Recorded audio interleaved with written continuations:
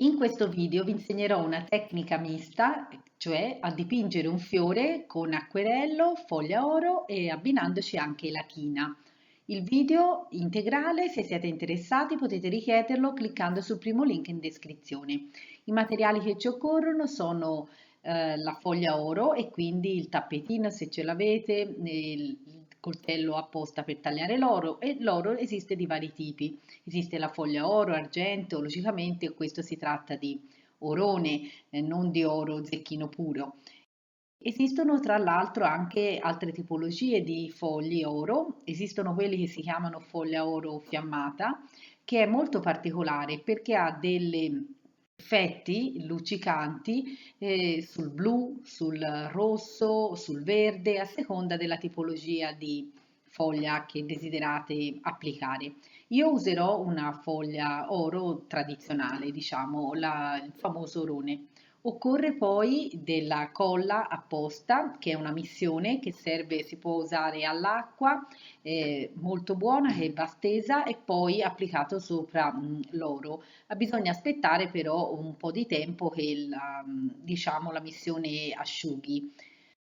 Si può applicare anche a distanza di un'ora, fate conto, anche addirittura di un giorno. E poi ci occorre della china, potete usare il pennellino proprio con l'inchiostro di china e il pennino, oppure potete usare anche un pennarello a china o come preferite se vi viene appunto più facile questo. A questo punto io vado a fare un disegno che consiste praticamente in un fiore molto semplice.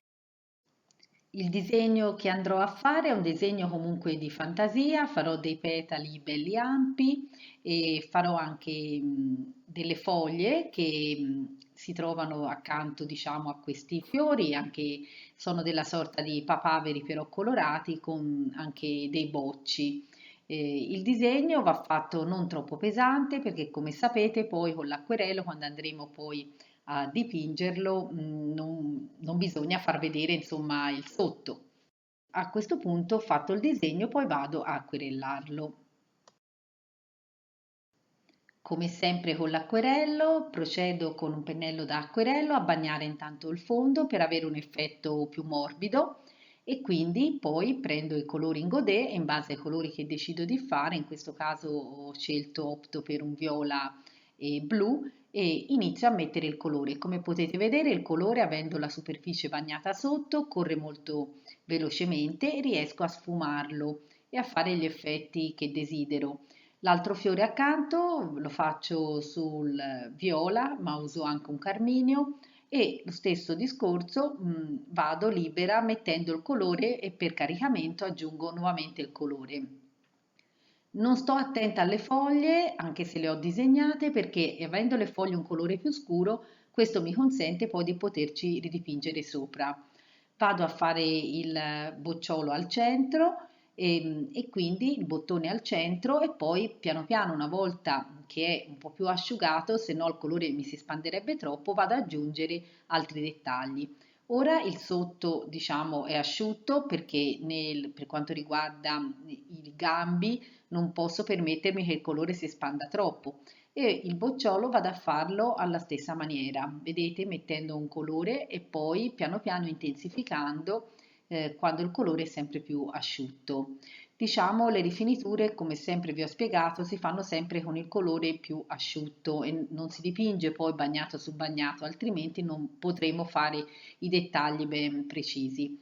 Vado comunque sempre più a dettagliare il mio fiore prima di intervenire e fare poi le parti dorate e le parti diciamo poi con la china. A questo punto, dopo che ho realizzato anche il gambo e anche le altre foglie, diciamo che sono vicine ai fiori, inizio a mettere quella che è la missione. La missione, come vi dicevo, è composta da una soluzione che ha una colla tipo vinilica, però non possiamo farlo col Vinavil, occorre proprio la missione specifica e metto tipo dei puntini affinché qui poi possa essere catturata la foglia oro. Vedete, la metto dove io voglio che appaia l'oro, metto la missione. Dove la missione non viene messa, considerate che l'oro non attaccherà. Quindi sono io che scelgo i punti precisi dove collocarlo.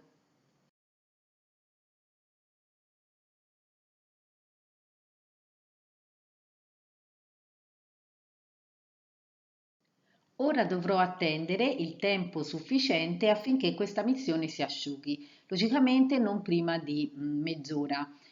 Questo avverrà e lo sentite perché potete mettere il polpastrello al tatto e sentire appunto quando non appiccica molto e rimane leggermente aderente senza che mi rimanga la colla, diciamo, questa missione aderente.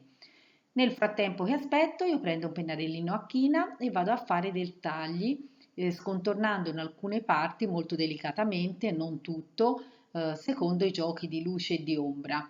Quando poi la missione è abbastanza asciutta, diciamo è pronta per ricevere l'oro, inizio a applicare l'oro.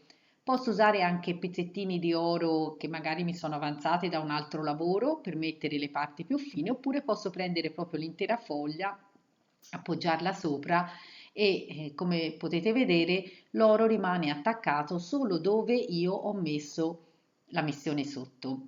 Poi bisogna tamponare l'oro, si può fare anche con un batuffolo di cotone oppure anche con un polpastrello e fare in modo che l'oro attacchi bene. Dopodiché poi si può prendere un pennellino e rimuovere la foglia oro in eccesso. Fatto questo, rimossa anche la foglia oro in eccesso, io continuo con il lavoro di rifinitura, sempre con il pennarellino a china. Io questa volta ho preso un pennarellino sul marrone perché il nero mi avrebbe creato, diciamo, troppo contrasto e mi piaceva che rimanesse comunque un effetto molto delicato. Ci vogliono tempi abbastanza lunghi, non possiamo fare tutto in 10 minuti e dovete avere pazienza appunto che asciughi la missione e poi quando è asciutto tutto potete rimuovere l'oro per ottenere il vostro fiore con foglia oro e a china. Grazie di avermi seguita.